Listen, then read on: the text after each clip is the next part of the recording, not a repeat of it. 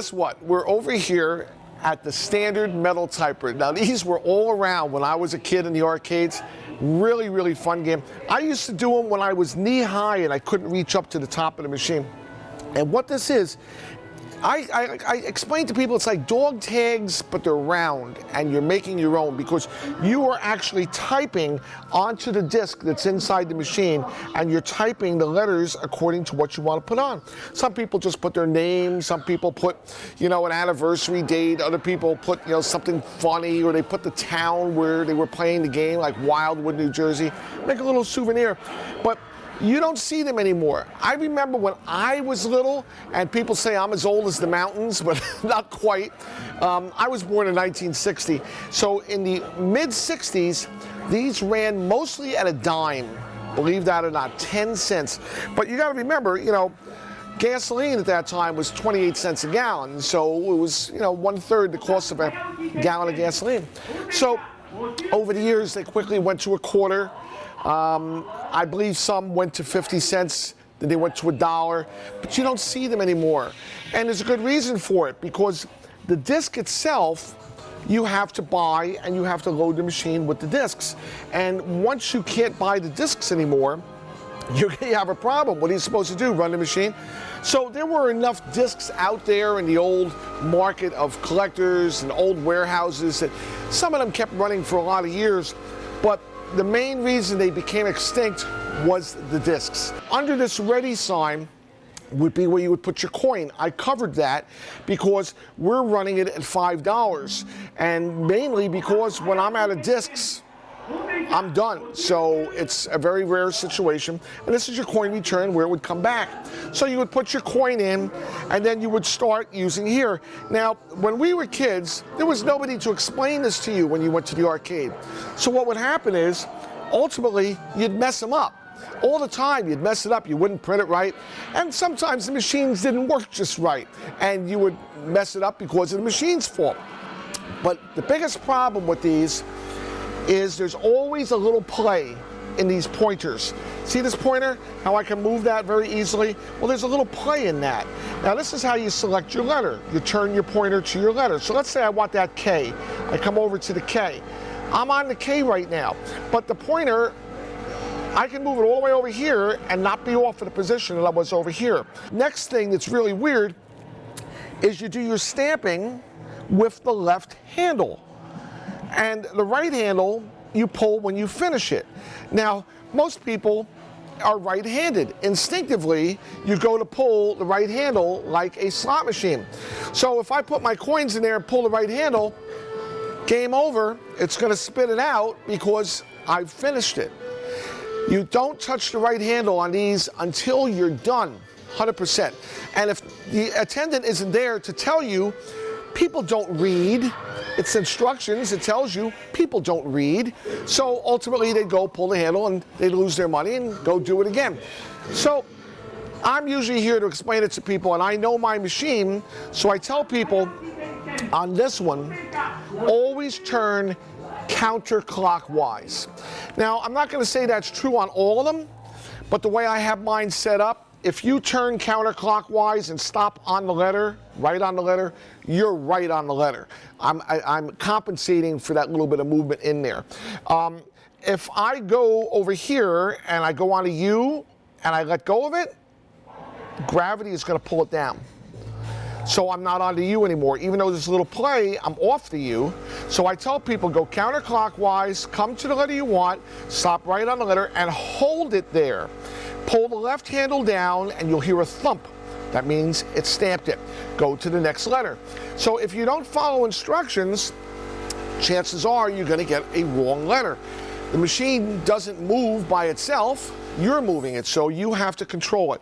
So the way I do this here in the arcade, since we don't make a lot of them, I carry the key with me, and I come over, and after I explain it to everybody, I open the machine, and inside here, you have your front mechanisms.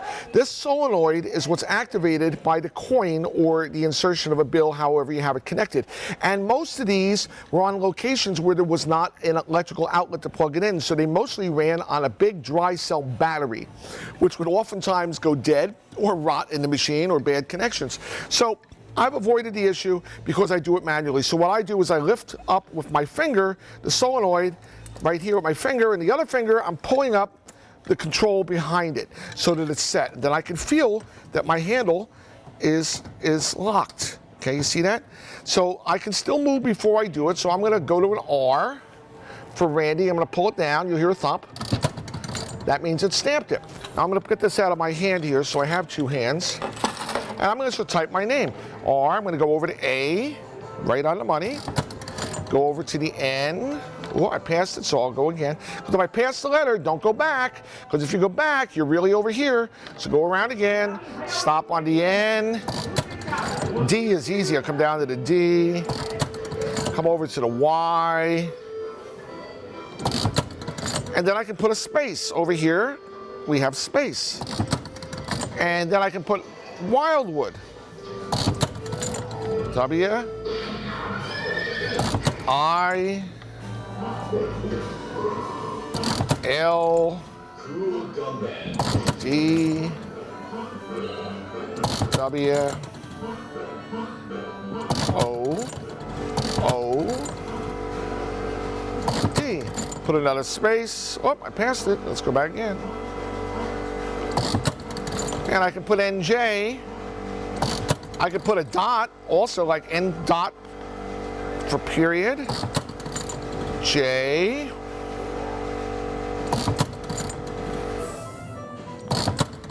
Space.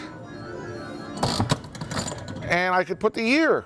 So I'm not going to do the year because who knows when you're watching this video. So for all intent and purposes, I'm done. So I would pull the right handle and out it comes into the little dish. And there we have Randy, Wildwood, New Jersey. Up to 32 prints onto a disc, and that includes any spaces. Now, if you can see it in here, it's a little dark. They're not backlit. There's a counter. It says spaces used, spaces to go. And this advances every time you pull the handle. But it was a really horrible system. This particular piece is mounted on an angle like the machine, and when you pull the handle, this piece here with this spring is actually pulling. You see that? It's pulling the counter right there. It's on 32 right now. So for all intent and purposes, they were very inaccurate. I used to tell people, never go by that counter. Always calculate what you want to do before you do it, because the counters usually did not work right. I know I have 4. I think I have a 5th one that does not have a base that was, I picked it up from somebody and I figured, you know, parts if I ever need it. But, you know, as much as best laid plans of mice and men, you might buy something with the idea of parts, but I really hate to take parts out of one machine for another machine because you're killing the machine. It's like taking the heart and the kidneys and the lungs out of a machine for another machine. Now, I know sometimes it's unavoidable to keep things running, and people do that all the time in the industry, but I'm the guy who usually buys parts from other people to put back into machines where somebody started cannibalizing them. It's unfortunate. But, oh, I got a screw in the top here. I got to get a screw gun.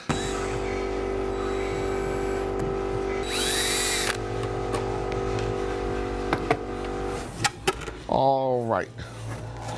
Now, first thing I notice is not the battery, as everybody's going to notice first. Your handy dandy ever ready lantern battery, 6 volts, that's held down with a screw in the top so it doesn't come flying out. And it is probably there for the last 30 years. It's amazing it hasn't leaked. I don't think they make those dry cells anymore. Do they make those lantern batteries anymore? Well, anyway, first thing I noticed was how few actual green tokens I have left in this machine. I mean, these would be full, and there are 6 of these, and this unit would advance every time it's played to the next one. And it's a carousel, and it would turn to the next one. I hope I'm not messing it up by turning it by hand. I'm not hearing it catch anymore. I probably did get it out of alignment now, so I'll probably mess up on the next one. But I'm down to very, very few of these tokens. A lady came in and she had a cup about so big, and she was looking all around what she can redeem her tokens for, because you win tokens in arcade games, and she was looking for what prizes she could redeem for. When somebody comes in with a cup full of tokens looking for what they can redeem for, it's usually a sad experience, because typically they're not the person who won those tokens. And not that they're stolen, but it usually means somebody in their family passed away. To me, those tokens themselves would have been very important to keep, because it was something that the person who passed on won, and it represented the fun that they had. It's not what you could get for those tokens. What would you get for a few tokens? A plastic spider ring, a whoopee cushion, something like that. But those tokens, they represented the fun that people had playing the game. In this instance, she had a cup full of these tokens. She had a cup full of these tokens. And I explained to her that these tokens were never won from a machine. They were never redeemable for prize in any arcade. They were for this machine. I showed her the machine.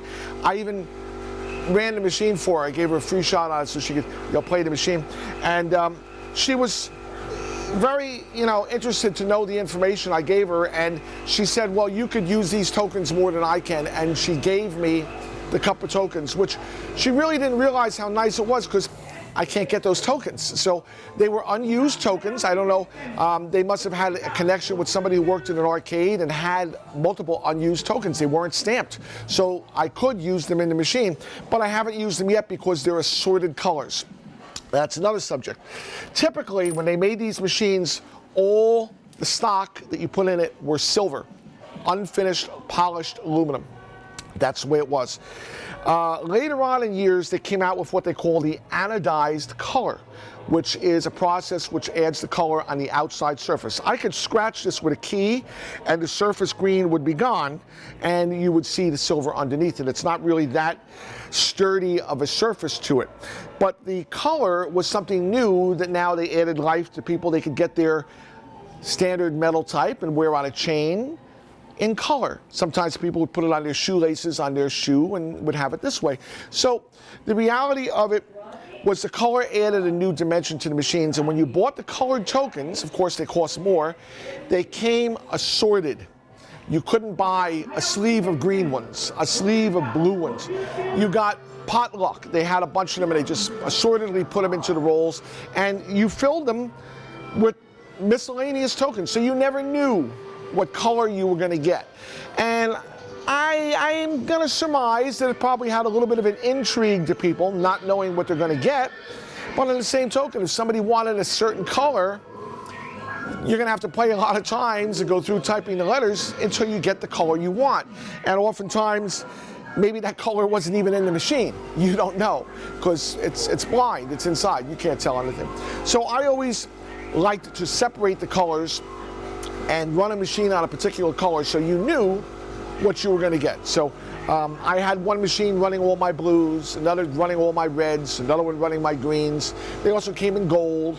Getting back to the intricacies of the machine, this here was the cash box, and this is where your coin went in. And it looks like the last use on this one was a quarter. Unless that's a nickel, I can't see from here. Yeah, that was a quarter. They were running it on a quarter or possibly 50 cents. They could have put a counter on it. But you have your little connection wires that simply went from the switch over to the battery, down to your solenoid, which the wires are actually still here. This wire would go into a connection probably on here to make a connection with that when they just held the wires together for connections. A little spring clip would go on so you could take it off, so you could slide this out. And I'm not going to slide it out because it's very hard to realign it.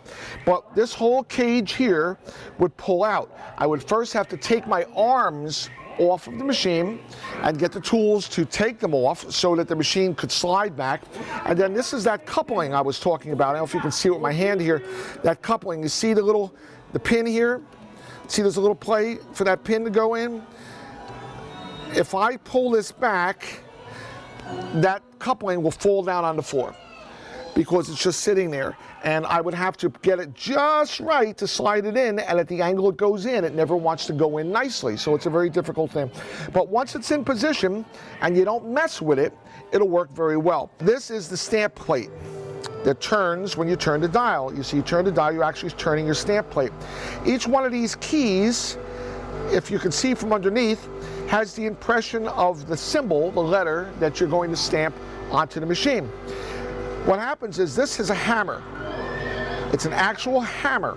So when you pull the handle to stamp it, it's lifting this hammer up, and then it will drop the hammer, which will then, over in this position, hit down on the key. And that's how you type onto the disc, which is in position under the hammer here. Then when you pull the handle, it would rotate the disc to the next position. So you would turn this and get it on the right position for the one you want, pull the handle, and it would come up and it would smack the hammer. So if your hammer was in between, you're going to miss it, or you can slide off the edge of it. I don't think it's possible to hit two, but who the hell knows in life, you know, you can do anything.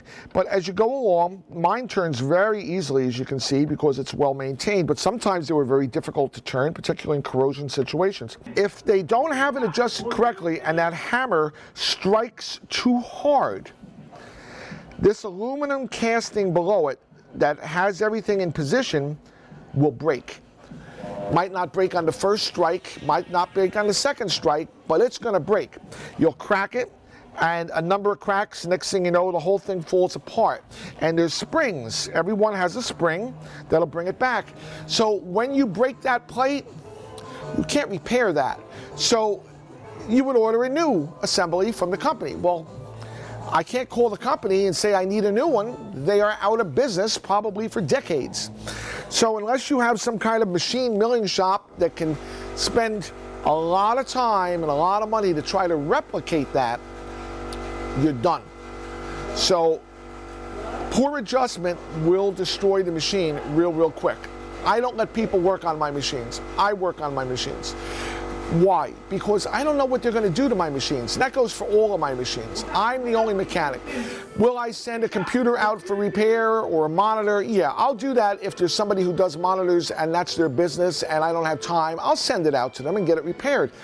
But I'm not letting people stick their hands in. They think they're a mechanic and they work on the machine, they do something wrong and they blow the whole thing out. I can put it in the garbage. So it goes the same thing for this. This machine is running because I keep it running, and that's the reality to it. Now I'm going to have to go searching for tokens as we see. These wheels with all the letters had to match the series of the machine that you were running in the front. They were not all the same. If you see on the top of the dial, the small C, well, that is for like McDonald, something like that, McCory, and they would have the MC, the little C, in the name.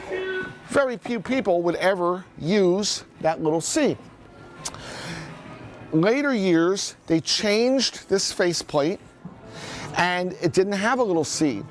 It had some other symbol over here as an extra symbol. So the letters might have been in the same position from A to M, but then the N would be over here and it would all be off until you got down here and it would be some other symbol. I forget what the other symbol was. But if you don't have the matching plate to the matching disc, it's all off. And nothing's going to work right. People go over there trying to get one letter and they'll get something totally different.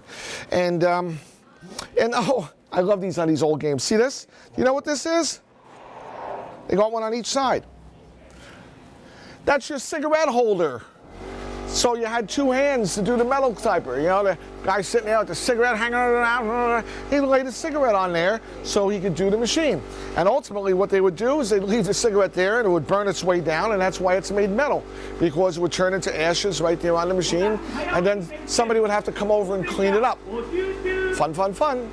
Can you see the holes right through there?